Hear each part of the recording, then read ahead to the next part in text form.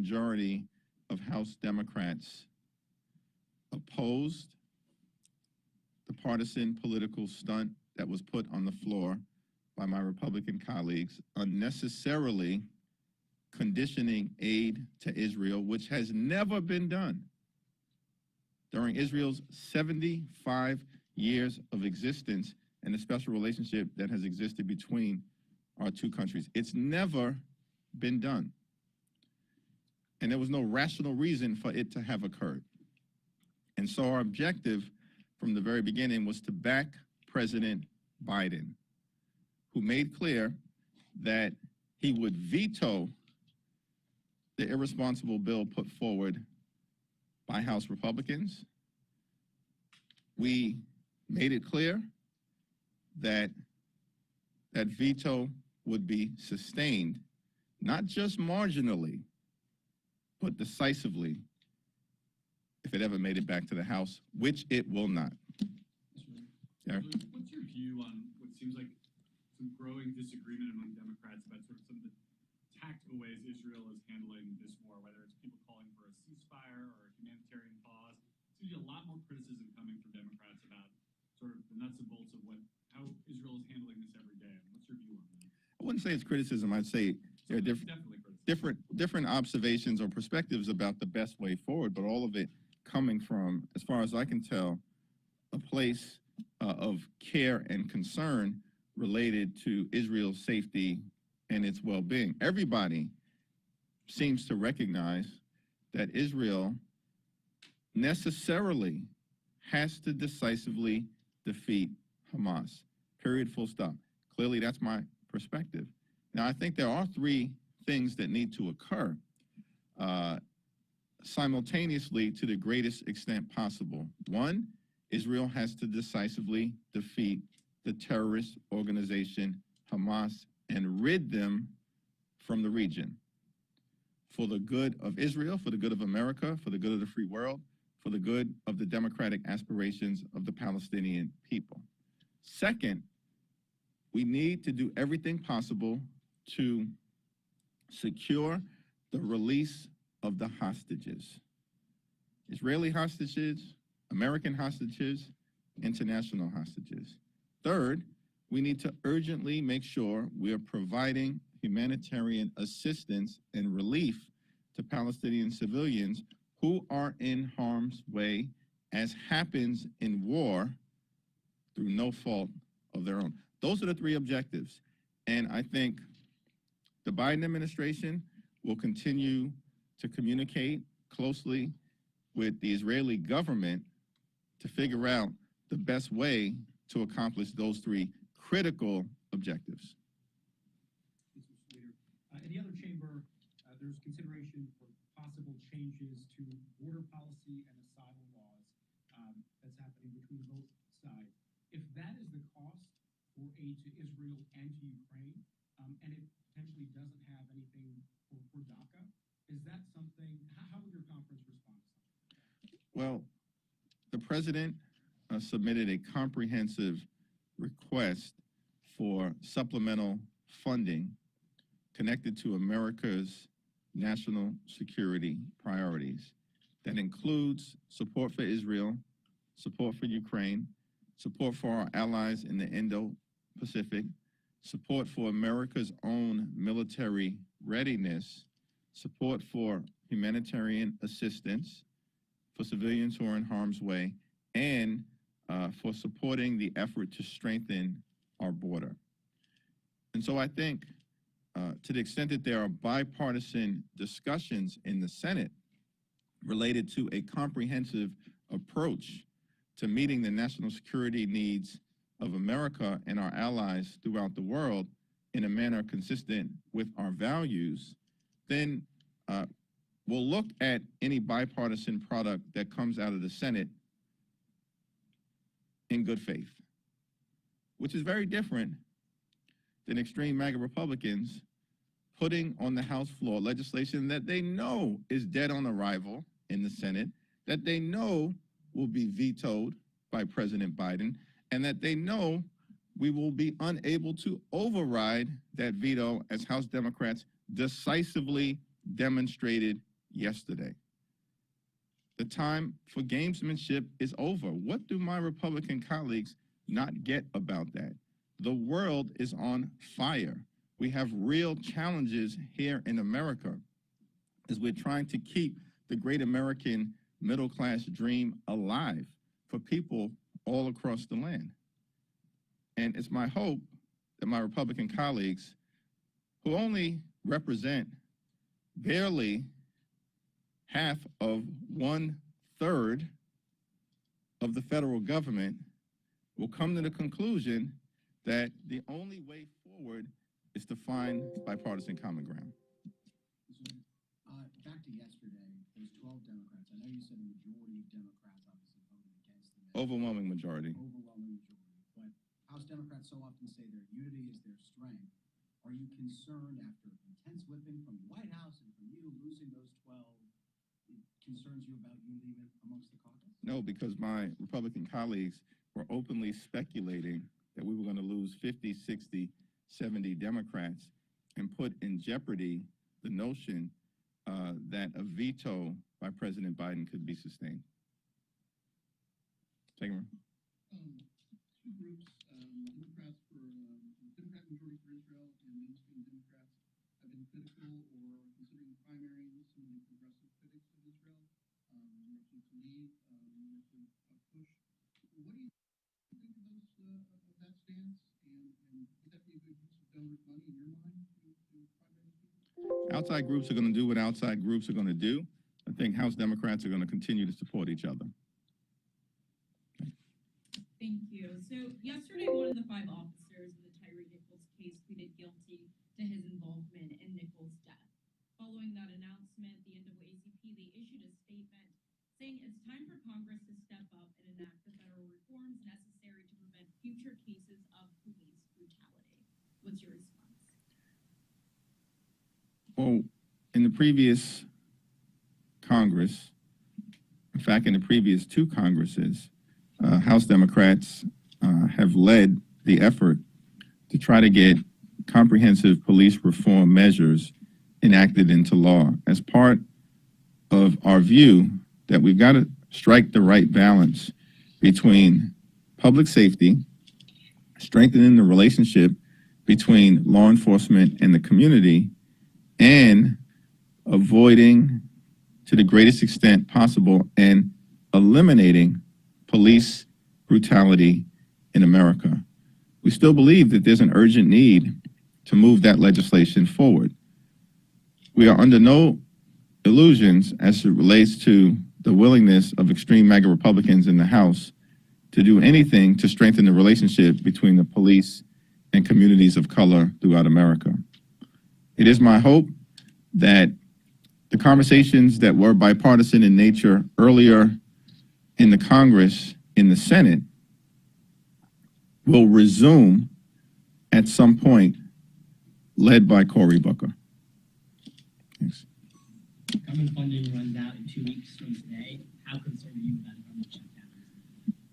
The American people should be very concerned that the extreme MAGA Republicans have made a decision once again to try to shut down the government.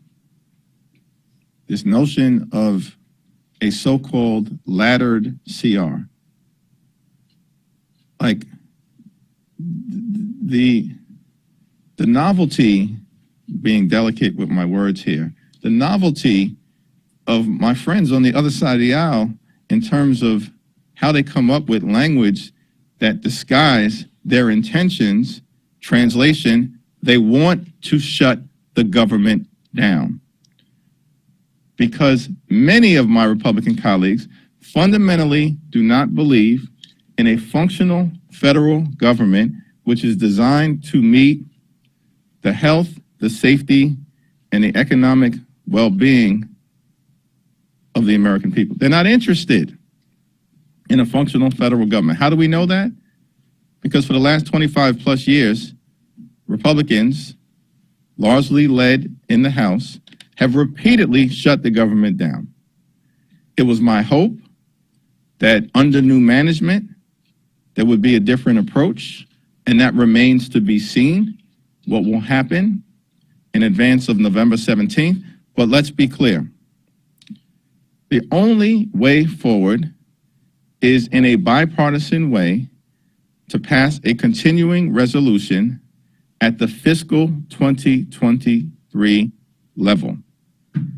We are not going to allow Republicans to try to impose right-wing cuts that devastate and undermine the health, the safety, or the economic well-being of the American people because they are unable to achieve their policy directives outside of threatening a government shutdown. We have never paid a Republican ransom note in the context of their threats to shut the government down. We've always stood on the side of the American people, and we will continue to do that in advance of November 17th and beyond.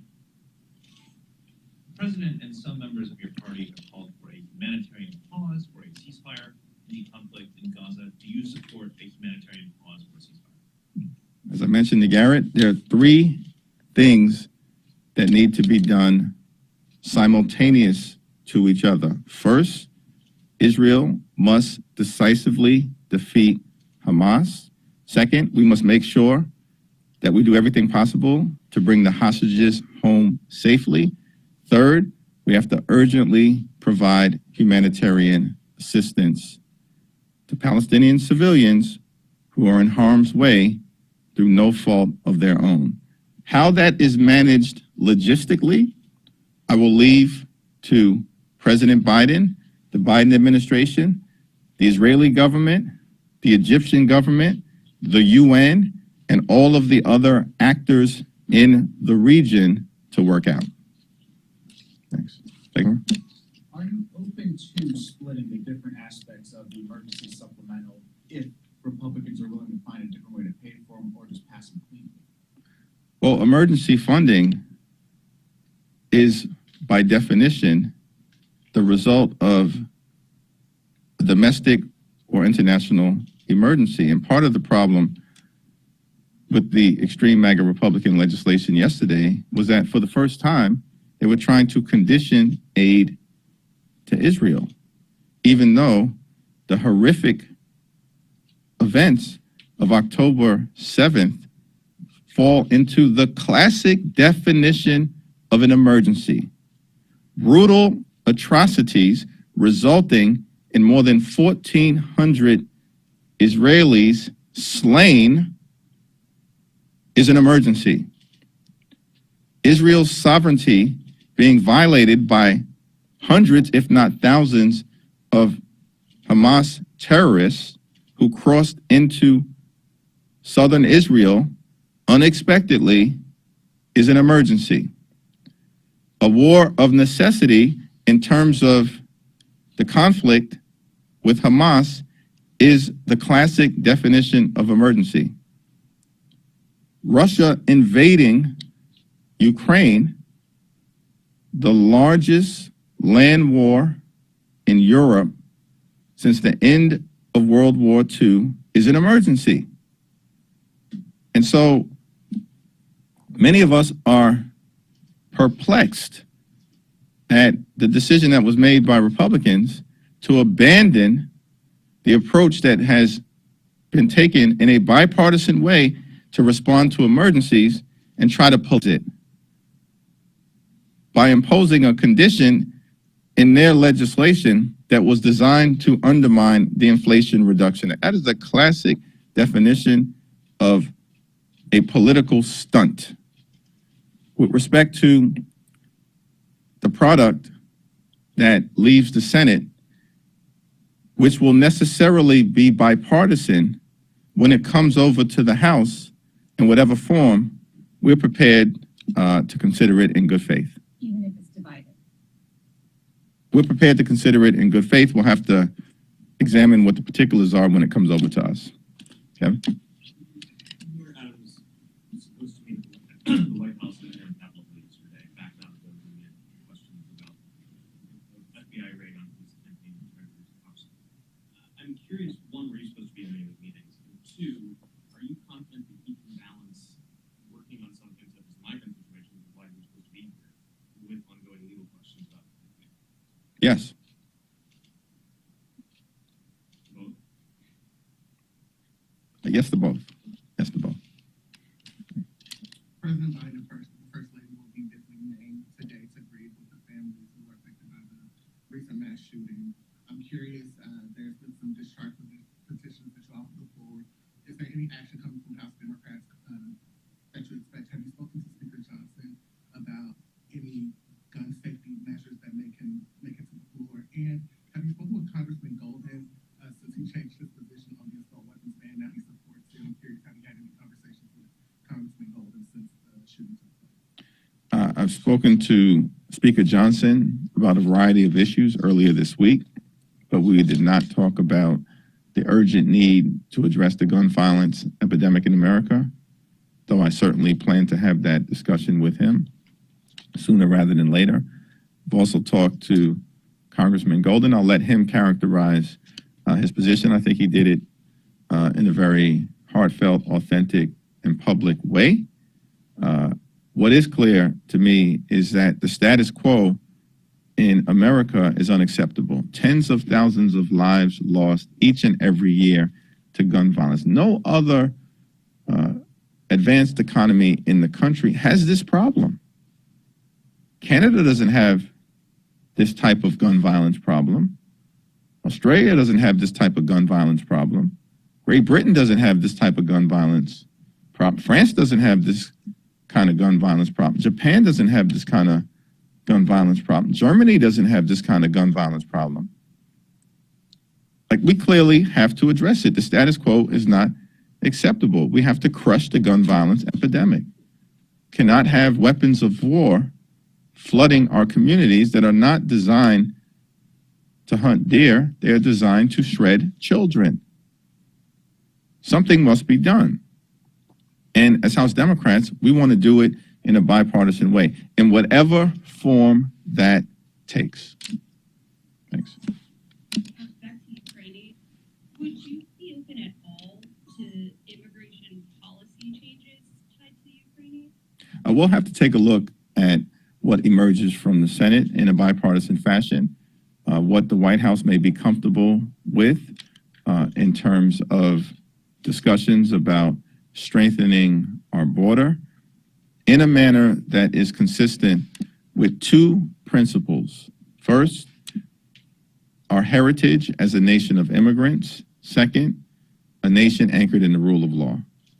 And from my standpoint, those will be the two lenses through which the House Democratic Caucus will evaluate any legislation connected to the border that is sent over to us from the United States Senate. So you would be open to that? I'm open to having a good faith discussion about anything that has the possibility of securing bipartisan support.